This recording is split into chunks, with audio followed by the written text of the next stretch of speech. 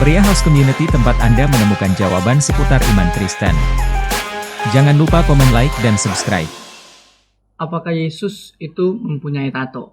Biasanya ayat yang menjadi rujukan ketika berbicara tentang hal ini itu pada Wahyu pasal 19 ayat 16. Mungkin bagi sebagian orang agak terkejut mendengar hal ini, tetapi inilah yang terjadi ketika ayat ini dibacakan. Terkesan bahwa ayat ini menceritakan atau menggambarkan Yesus yang datang pada kali kedua adalah Yesus yang mempunyai tato. Jadi mari saya baca dulu bagi kita semua.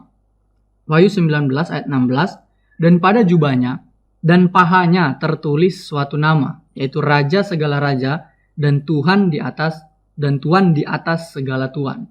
Nah, dari ayat ini kalau memang secara sekilas itu bisa dipahami bahwa pada jubah dan paha dari seseorang yang dipahami ini adalah ayat yang berbicara tentang kedatangan Yesus kedua kali, itu ada tertulis nama. Dan khusus pada paha itu selalu dipahami bahwa ini terkesan tulisan yang dipahami dalam konteks sekarang ini seperti sebuah tato. Sehingga banyak orang mengatakan bahwa Yesus saja itu mempunyai tato di pahanya berdasarkan ayat ini. Dan memang secara literal kita tidak mempunyai opsi yang lain lagi kalau kita berpegang pada ayat ini. Bahwa sudah sangat jelas lagi dikatakan dan pada jubahnya dan pahanya tertulis suatu nama. Jadi ini sudah pasti ada tulisan yang tertera pada paha. Namun penting untuk kita memahami konteks daripada ayat ini. Nah, tentunya kalau ini kita berbicara dalam kitab Wahyu, kita harus melihat ayat ini tergabung dalam serangkaian ayat yang mana. Jadi kalau kita coba memotong ayat ini mulai dari ayat 11 sampai ayat 16 itu sudah sepakat siapa saja para sarjana Kristen, orang Kristen kebanyakan ini memahami ayat ini sebagai kedatangan Yesus kedua kali. Dan sangat menarik ketika melihat teks-teks ini, bagaimana Yohanes menggambarkan kedatangan Yesus yang kedua kali itu agak sedikit berbeda dengan kedatangan Yesus kedua kali yang digambarkan oleh Paulus. Kalau kita bisa lihat di dalam 1 Tesalonika pasal 4 ayat 14 sampai ke 18. Dan pada ayat ini bagaimana Yohanes menceritakan kedatangan Yesus yang sangat ke-Yahudi-Yahudian. Tentunya berkaitan dengan konsep Mesias, di mana Mesias itu datang dengan pasukan, dengan segala kehebatannya, dan dengan kemenangan yang dibawa oleh Sang Mesias. Dan ini tercermin daripada ayat 11 sampai ayat yang ke-16. Tetapi kembali lagi kepada persoalan, kalau kita melihat paha, arti paha yang ada tertulis pada ayat ini harus dipahami seperti apa. Nah, itu sebabnya perlulah kita langsung melihat dari dalam teks asli bagaimana mengungkapkan tentang arti dari paha ini. Di sini dikatakan kalau dalam teks asli itu menggunakan kata meron dari kata meros. Kalau kita melihat kata meros dalam Septuaginta itu sepadan dengan kata yarek. Dan yarek ini menariknya itu diterjemahkan dalam bahasa Indonesia itu pinggang. Dan memang jelas meros itu merujuk kepada paha bagian atas antara sudah mau mendekati pinggang.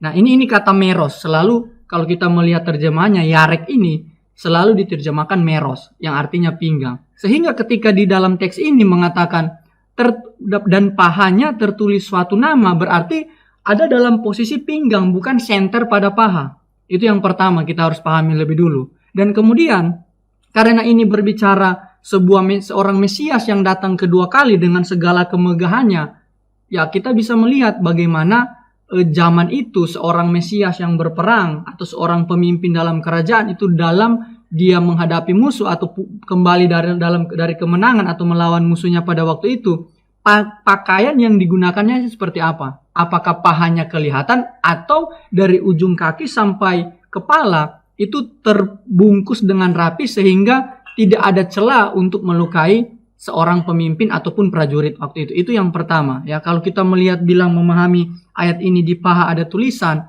kita perlu mengecek yang lebih dalam lagi. Itu yang pertama. Kemudian, karena ini menjurus kepada antara pinggang dan paha, karena paha bagian atas, kalau seorang prajurit ataupun raja ketika dia berperang atau kembali dari peperangan, itu biasanya bagian pinggang itu tempat menaruh sebuah pedang. Nah, pedang ini pun kalau kita lihat di dalam teks Ini pada ayat 15, dan dari mulutnya keluarlah sebilah pedang tajam yang memukul segala bangsa, dan ia akan mengembalakan mereka dengan gada besi, dan ia akan memeras anggur dalam kilangan anggur, yaitu kegeraman murka Allah yang Maha Kuasa. Karena ini tempat ditaruh pedang, bagian pinggang antara paha dan pinggang, ini berbicara apa? Sebuah kekuatan, sebuah kemegahan. Itu rujukan pertama kalau kita memahami pada pahanya tertulis suatu nama. Dan menariknya di sini kalau kita cermati lebih lagi, di sini dikatakan jubahnya dan pahanya. Jadi terkesan ada dua lokasi atau dua tempat tertulis nama tersebut. Tetapi luar biasanya penulis kitab Wahyu adalah Rasul Yohanes sendiri. Dia menulis satu nama dalam bentuk tunggal.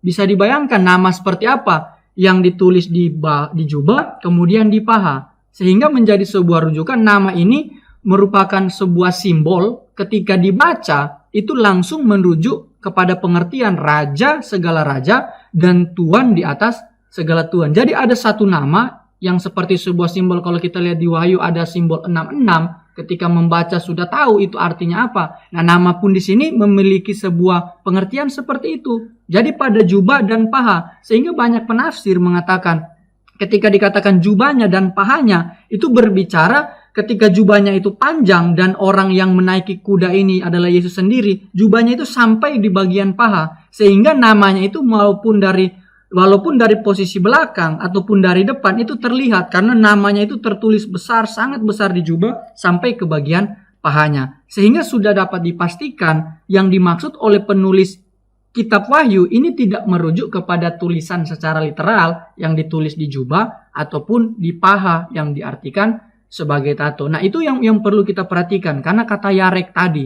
itu merujuk kepada pinggang, lebih tepatnya pinggang dikatakan karena paha bagian atas. Sehingga nama ini tidak tertulis langsung pada kulit sang penunggang kuda, tetapi melainkan posisinya ada di bagian pinggang atau paha bagian atas dari seorang penunggang kuda putih tersebut. Nah, sehingga dapat dipastikan ayat ini sangat keliru jika kita memahaminya sebagai sebuah tato yang dipahami oleh orang-orang sekarang ini.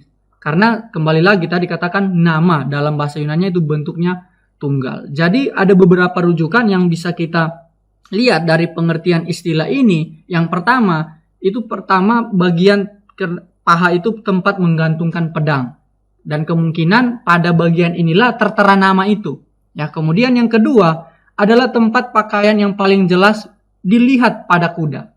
Nah, karena dia menggunakan pakaian perang. Nah, ini konteksnya kan kembali dari peperangan atau ingin menghadapi musuh-musuhnya. Karena pasal 19 konklusi dari pasal 17.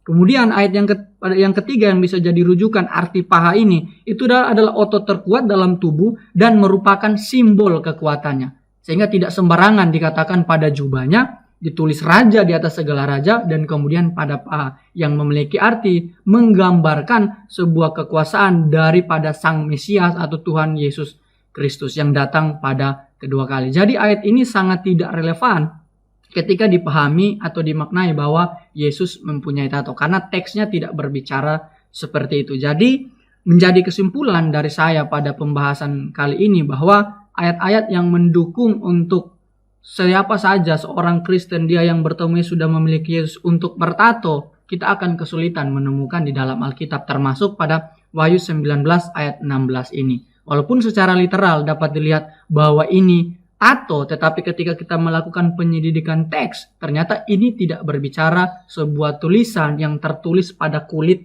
pada bagian paha dari Sang Mesias yang datang kedua kali, yaitu Tuhan kita Yesus Kristus. Kemudian ada Imamat pasal 19 ayat 28, 1 Korintus 6 ayat 19. Nah, ayat-ayat ini pun perlu dipahami secara baik sehingga kita tidak salah di dalam menafsirkan Alkitab. Jadi kesimpulan bahwa kita tidak akan menemukan bahwa Yesus itu memiliki tato di dalam Wahyu pasal 19 ayatnya yang ke-16. Jadi